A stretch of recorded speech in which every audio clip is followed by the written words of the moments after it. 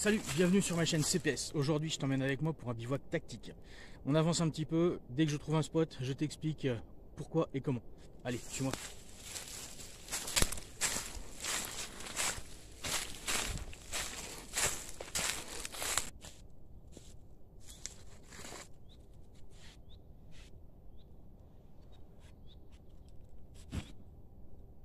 J'ai trouvé un petit endroit sympa pour spotter là du coup.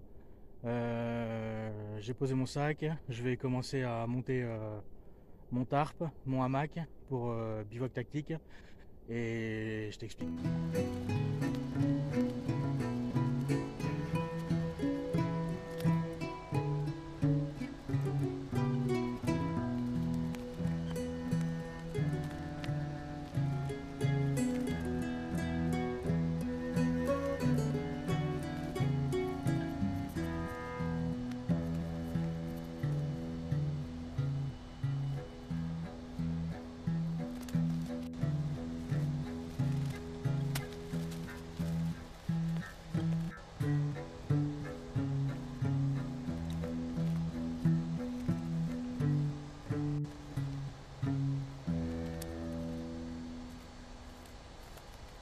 Donc voilà, j'ai monté mon abri. Je suis plutôt pas mal content parce qu'il est assez discret, du coup assez Fomec Blot. Tiens, je t'explique après Fomec Blot, on va un petit cours là-dessus. Le soleil est en train de se coucher, donc ça tombe bien, je suis prêt. Il reste plus qu'à manger, du coup j'ai une super ration de combat de l'armée française. Je vais ouvrir ça, du coup je vais voir la différence par rapport à celle d'il y a 15 ans que j'ai pu manger. Et voilà. Donc, pourquoi un bivouac tactique? Donc là, on va dire dans cette première partie de vidéo, je ferai la semaine prochaine, du coup, je ferai une partie numéro 2, un bivouac encore plus tactique, du coup, dans d'autres conditions que je vais t'expliquer. Du coup, là, la première partie, bivouac tactique numéro 1, on va dire les conditions, ça peut être par exemple lors d'une randonnée, du coup, un bivouac que tu veux faire à un endroit où tu n'as pas le droit d'être en fait. Une propriété privée, ça peut être une forêt, un terrain où il y a un propriétaire, il y a des grosses pancartes, terrain propriété privée, défense d'entrée, tout ça. Bref, voilà, tu n'as pas le droit d'être sur ce terrain-là, mais tu as besoin de bivouaquer avant de repartir pour la journée de randonnée le lendemain. Tu peux pas rentrer chez toi, sinon ça sert à rien. Voilà, donc tu dois bivouaquer à un endroit où tu n'as pas le droit d'être. Donc voilà, bivouac tactique pour la première partie, ça va consister en ça. Donc un tarp, un hamac, assez facilement démontable si on entend du bruit par exemple, un propriétaire qui arrive parce qu'il nous a entendu ou quoi, on peut démonter rapidement et partir vite fait. Voilà, c'est pas des conditions de guerre non plus, ça reste dans des conditions de randonnée, de bushcraft, de loisirs. Voilà. Du coup, la semaine prochaine, je te ferai une vidéo encore plus tactique, à savoir des conditions du coup qui sont différentes d'un bushcraft ou d'une situation de loisir. Ce serait plus en conditions survivalistes. Scénario vite fait, tu as dû évacuer ton domicile et tu dois t'exfiltrer vers un lieu sécurisé qui est situé assez loin du coup, et tu traverses une forêt ou tu traverses des terrains où tu as de quoi te cacher du coup, et là tu dois te terrer quelques jours, 2-3 jours au même endroit du coup, et être le plus discret possible, le plus invisible possible. Voilà, donc ça on verra la semaine prochaine, ce sera une deuxième vidéo. Pour celle-là, voilà, du coup, j'ai monté mon tarp et mon hamac, du coup, c'est assez discret. La nuit est en train de tomber, donc voilà, il ne me reste plus qu'à goûter la RICR, et puis après je me couche. Allez, à tout à l'heure. Ration de combat individuelle à réchauffer.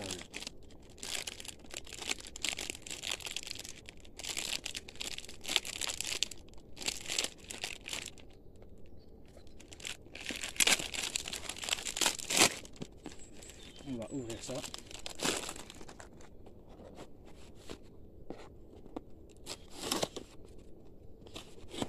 Alors, oulala. Oh. Eh ben, j'avais pas ça il y a 15 ans. Hein. Qu'est-ce que c'est ce soir? Joue de porc au raviol. Super.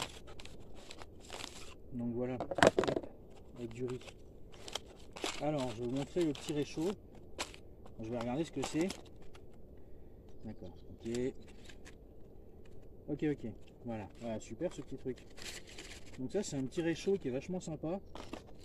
Oh. Bah j'avais pas tout ça il y a 15 ans. Hein. Sac poubelle, ça c'est très bien. Petit couvert. Voilà le petit réchaud. Et ce qui est bien du coup c'est que bah, il fait pas de fumée. Donc pour un bivouac tactique effectivement vaut mieux pas faire de feu. Hein. Donc hop, petit réchaud qui se plie comme ça là. Et ce qui est très bien c'est que comme ça fait pas de fumée, ça fait pas de flamme, et bah, je peux faire ça sous le hamac à l'abri. Donc je vais vous montrer ça. Je vais ouvrir ma conserve. Alors, pour allumer ce petit réchaud, des petites pastilles, alors qui schlinguent, mais bon, au moins ça fera fuir les animaux sauvages.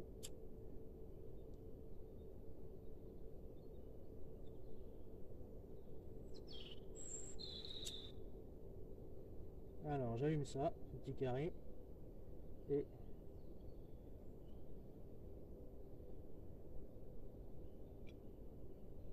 voilà.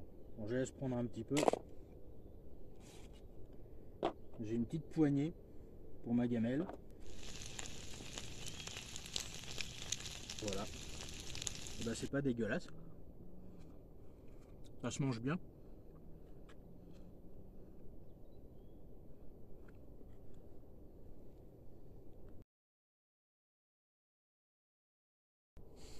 Et voilà, après ce bon petit repas bien chaud, et ben il me reste plus qu'à te souhaiter une bonne nuit tactique. Allez, à demain. Salut.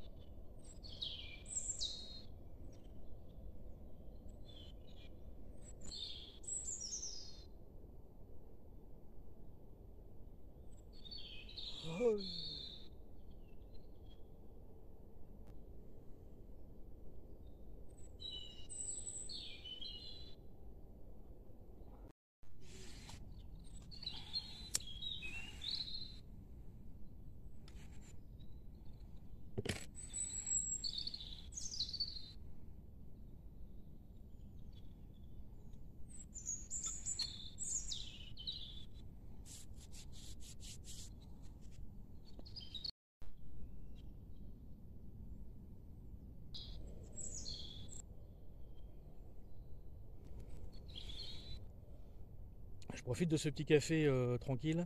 Je vais te parler de l'acronyme FOMECBLOT qu'on utilise dans l'armée française pour tout ce qui est camouflage. Comme ça permettra de savoir du coup si un bivouac est tactique effectivement en s'appropriant tous ces termes et en vérifiant à chaque fois la compatibilité bivouac tactique FOMECBLOT. FOMECBLOT du coup qu'est-ce que ça veut dire?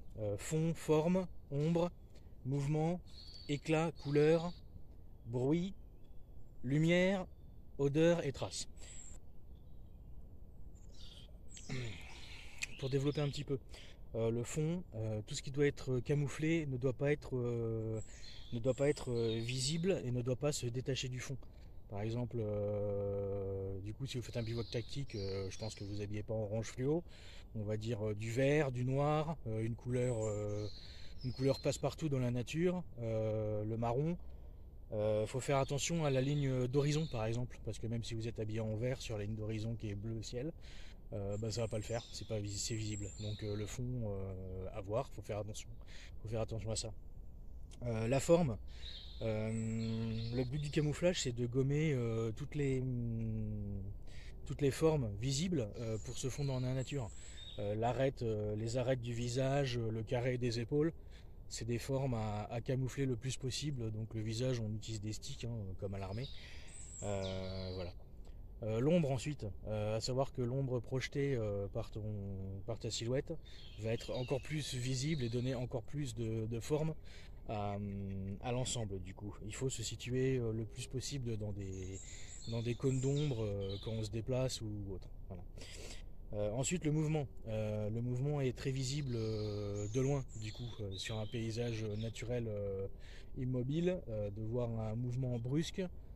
Comme j'ai vu tout à l'heure des chevreuils passer en courant, bon déjà en plus de les entendre, je les ai pas bien vus parce que du coup bah couleur naturelle, mais par contre ils étaient en train de courir, donc le mouvement super visible. Il faut privilégier des mouvements lents et pareil mouvements saccadés à éviter aussi, c'est pas très bien. Ensuite, après le mouvement, c'est l'éclat. Alors l'éclat, c'est éclat lumineux du coup. Tout ce qui peut briller, tout ce qui peut refléter la lumière du soleil, ou même de la lune en pleine nuit, hein, tout ce qui est montre, lunettes, les paires de jumelles, tout ça à éviter, à proscrire. La montre, le plus possible, on met à la limite le cadran de la montre à l'intérieur du poignet, c'est moins visible. Ou alors il existe des montres avec des caches, des scratchs qui viennent se mettre par-dessus. La couleur, donc ça se rapproche un peu de ce que je vous disais tout à l'heure. Le bleu horizon, vert armé, marron, des couleurs naturelles, tout ça, ça passe. Voilà, faut faire attention aux couleurs qu'on utilise suivant l'environnement. Si effectivement vous êtes en ville, en exfiltration urbaine ou quoi, du coup c'est pas le vert kaki qu'il va falloir privilégier, mais plutôt un gris bleu, quelque chose comme ça. Ensuite le bruit. Bah, ne pas se faire entendre, c'est super important. La nuit, les bruits sont multipliés par 10, on va dire au moins, hein, quelque chose comme ça. Si vraiment il y a du bruit à faire, profite des bruits importants de la nature. Genre par exemple quand il pleut, ça fait énormément de bruit. On peut se permettre de faire un petit peu plus de bruit si vraiment c'est pas, on peut pas éviter de le faire. L'orage, le vent, pareil, dans la moindre mesure, mais le vent, ça fait pas mal de bruit. On peut en profiter pour faire un déplacement, par exemple, qui va faire du bruit. La lumière, bon, ça, c'est pas la peine de vous en parler, hein, je l'ai déjà fait. La nuit, la lumière, même la lumière d'un mégot de cigarette, par exemple, que vous êtes en train de fumer, la nuit, ça va se voir à 1 kilomètre. Donc, le feu de camp, je vous en parle pas, sans compter la fumée, les odeurs, tout ça. Mais bon, la lumière, voilà. S'il y a besoin de s'éclairer pour regarder une carte, par exemple, ce que tu peux faire, c'est utiliser des filtres de couleur pour une frontale ou autre, filtre rouge ou filtre bleu. C'est pas mal, ça permet de lire une carte un peu plus discrètement, et ces lumières-là sont visibles de beaucoup moins loin. Après, l'odeur du Fomec Blot. L'odeur, bon bah ça va être tout ce qui est les repas que vous faites chauffer du coup. Même si c'est en réchaud du coup, version tactique pour pas faire de fumée, pas faire de flamme. Un petit réchaud du coup bah ça chauffe, c'est bien, mais du coup bah la bouffe ça se sent. Et pareil, c'est pas une odeur naturelle, donc si vous faites des faillots, bah voilà, ça se sent de très loin. Pareil pour tout ce qui est excréments, urine et tout ça, hein, si par exemple il y a un ennemi qui a des chiens, ben voilà, il va facilement pouvoir retrouver votre trace avec ça. Et bah, en parlant de traces, du coup, dernier point, c'est les traces. Donc les restes de rations, les restes de bivouac mal démontés, où il reste des bouts de ficelle, il reste un tendeur qui s'est accroché dans une branche et qui est resté sur place. Et ben voilà, ça permet d'identifier le nombre de personnes qu'il y a pu avoir au bivouac ou quoi. Enfin voilà, faut faire disparaître toute trace d'un passage, hein. Mon bivouac là, il va être entièrement démonté. J'ai pas fait de feu, donc j'ai rien à reboucher, mais voilà, je vais remuer un peu la terre, les feuilles derrière moi, et ce sera comme si j'étais jamais passé. Voilà.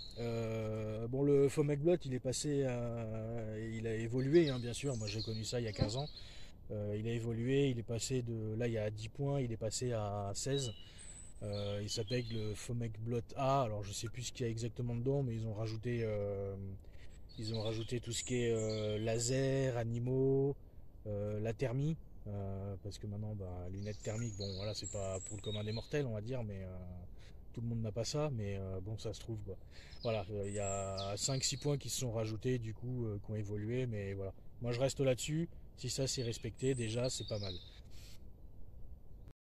Et voilà, ce bivouac tactique s'achève. Du coup, j'espère que la vidéo t'a plu. Si c'est le cas, n'hésite pas à me le faire savoir en commentaire. Si ça t'a pas plu, dis-le moi aussi. Et puis voilà, la semaine prochaine, deuxième vidéo, partie numéro 2. Je fais mon trou de combat comme je t'ai dit hier. Et voilà. Allez, si ça t'a plu, n'hésite pas, like, partage, abonne-toi si c'est pas encore fait. Et voilà, à la prochaine. Allez, salut!